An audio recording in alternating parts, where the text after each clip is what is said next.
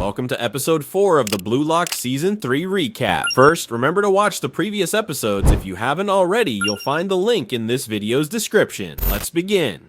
At the start of the match, Otoya was surprised to see Isagi sitting on the bench, while Bachira confidently declared, "I won't wait for anyone, I'll keep moving forward on my own." Isagi, however, was drowning in a sense of disappointment because he had failed to secure a starting position and couldn't comprehend the incredible speed at which Kunigami had developed. Determined not to waste the opportunity, he decided to use every moment of this game to observe and analyze, knowing this was his chance to understand the weapons of his opponents. Ego reiterated the rules. The team that scores 3 goals first wins. Substitutions are unlimited, and the coach is allowed to participate only for 3 minutes. As soon as the whistle blew, Kaiser touched the ball first and immediately passed it to Ness, who quickly noticed Grimm moving on the wing and sent him a precise pass that cut between 2 players. Grimm received the ball with exceptional control and with dazzling speed dribbled past 2 defenders, while Isagi carefully watched every detail, trying to grasp everyone's abilities. Grimm collided forcefully with a Barcelona player and realized that if he didn't pass, he would lose the ball. He spotted Kaiser attempting to break through the defense but surrounded, so he opted for a lofted pass that reached Eric. The ball wasn't perfect, yet Eric managed to control it, mockingly commenting that it was the worst pass he had ever seen. Still, he displayed astonishing skill, slipping past 2 defenders at once, but under relentless pressure, he had no option but to pass the ball to the player he hated most. The ball reached Kunigami, caught between 2 defenders.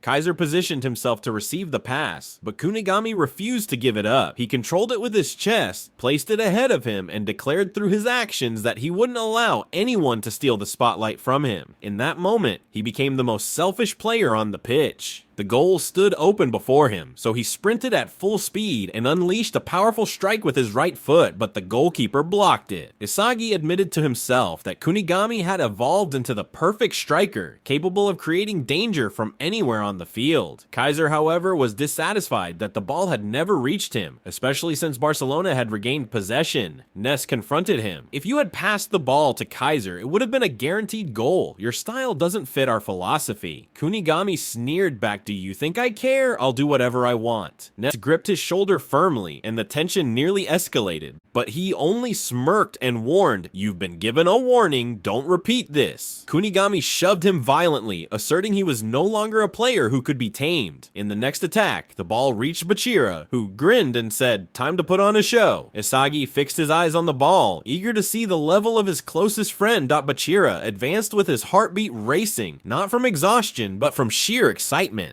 At that moment, he recalled what had happened 10 days earlier when they had met the Brazilian star, Rafinho, a Barcelona player who had been assigned to train them. Rafinho handed them translation headsets, only for them to be shocked when they realized he was actually speaking Japanese in his real voice. Otoya asked him, "Will you be the one training us?" And he replied while removing his glasses, "It's true that I am your trainer, but I won't be teaching you anything, you idiots." Everyone was astonished except Bachira, who felt a resemblance between them. Rafinho explained further, "This place exists to create the best striker in the world. Do you expect me to help you surpass me? That will only ever happen in your dreams." Bachira asked him innocently, "Isn't Noah the best right now?" Which enraged him, and he snapped back, "You little brat, do you want to fight? I am the best in the world. That's what I believe." Bachira actually liked what he said, and then Rafinho showcased his skills, saying, "If you want to reach the top, never listen to those who say otherwise." He added that in his beginnings, he used to imitate a Brazilian player greater than himself, and that it wasn't shameful to start by copying, because with time, they would create their own style. He described himself as a butterfly dancing freely across the field, with no one able to predict its next move. What he put on was more of a dazzling performance than a lesson, and he clarified that the audience comes to enjoy themselves, and their mission is to ignite that excitement. His movement seemed like a musical composition with its own rhythm. Bachira was deeply impressed, even snatching the ball from him at one point. Rafinho smiled and said, "It seems you understood my point, boy. Don't expect the coach to guide you. You are the ones who must choose your own path." They also went through some training sessions, a bit different from those Isagi's team had experienced. Later, Bachira told his coach about the monster he saw, to which he replied, "That's wonderful. The monster is the obstacle you must overcome." Bachira said that he had already defeated it, and now he didn't know what to imagine to continue evolving. Rafinho asked him if the monster had disappeared, and he said, "No, I still see it, but it's smaller now." The coach answered, as long as you can still see it, that means you still have more stages to climb. Let it lead you further. Back in the present, Ali was the first obstacle in front of Bachira, but he slipped past him in the blink of an eye with a brilliant nutmeg pass. Igarashi was amazed. An established Bayern player had just been beaten so easily, and although Bachira's style still relied on dribbling, Isagi noticed the change. He was no longer reckless. He could now hold onto the ball calmly without revealing his intentions, making him almost impossible to read.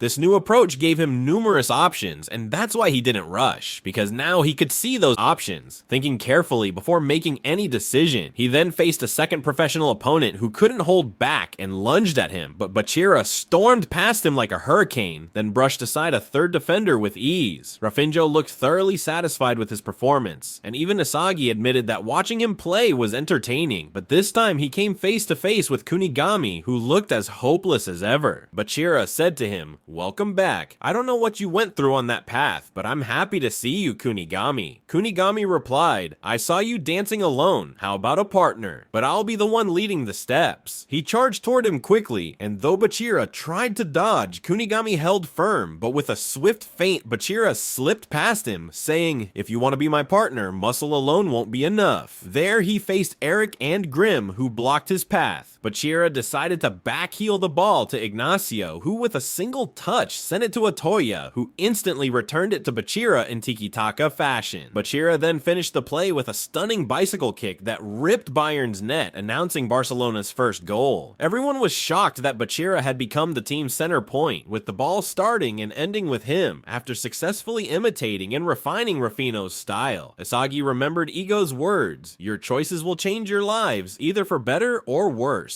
And he wondered, what can I learn from this team? Should he submit to the rule of playing for Kaiser, or follow Kunigami's selfish path and end up ostracized like him? He was torn, not knowing what to do. Igarashi thought Kunigami would soon be substituted because his style was a burden, and the others agreed, expecting Noah not to go easy on him. Isagi told himself, "I can't step in now without value. I need everyone's recognition, not just Kaiser's. I couldn't even beat them in training, so how could I earn their respect?" He decided to sit back and observe Kunigami until he found the answer to his question. Play resumed, and Ness passed the ball to Kaiser, asking, "What's the plan now?" Kaiser coolly replied, "It's time for execution." He returned it to Ness, then sprinted off the ball toward the goal. Ness feigned a normal pass, but twisted his foot at a strange angle, bypassing a Barcelona defender and slipping past Atoya with the same move. Ness's nickname was the midfield heartbeat of the team. Raichi said, "If I had a player like him behind me, I'd score easily. That Kaiser guy is lucky to have the whole team supporting him." Isagi realized Kaiser managed to exploit the entire team to his benefit, but he also admitted Kaiser's movements were calculated, opening spaces for his teammates by drawing the opponent's focus. His movements were exactly the kind of thing Isagi aimed to replicate. Ness reached the penalty area with plenty of passing options, but he sent the ball to the farthest point where no one expected it to land, and there was Kaiser sprinting behind the defenders to receive it. But the surprise was that Bachira was chasing him closely. He whispered, "Your hair and tattoo make me want to crush you even more." Kaiser lightly pushed him away to gain the space he needed. The ball was right at his feet, and Isagi was stunned by the precision of the pass. He thought Kaiser would wait until it touched the ground before striking, but instead, Kaiser unleashed a direct volley in midair before it dropped. The goalkeeper was stunned, and Kaiser's foot seemed like a cannon tearing through the net. The play ended with a brilliant goal, equalizing the score at 1 apiece. Isagi admitted Kaiser was a true genius, unlike anyone he had ever played with before, and finally understood why everyone relied on him. Noah confirmed that this kind of shot produced the fastest strike in the world, even admitting that Kaiser surpassed him in this type of kick. That's where we'll stop for now, and the next episode will be released on Monday. Thank you all for watching.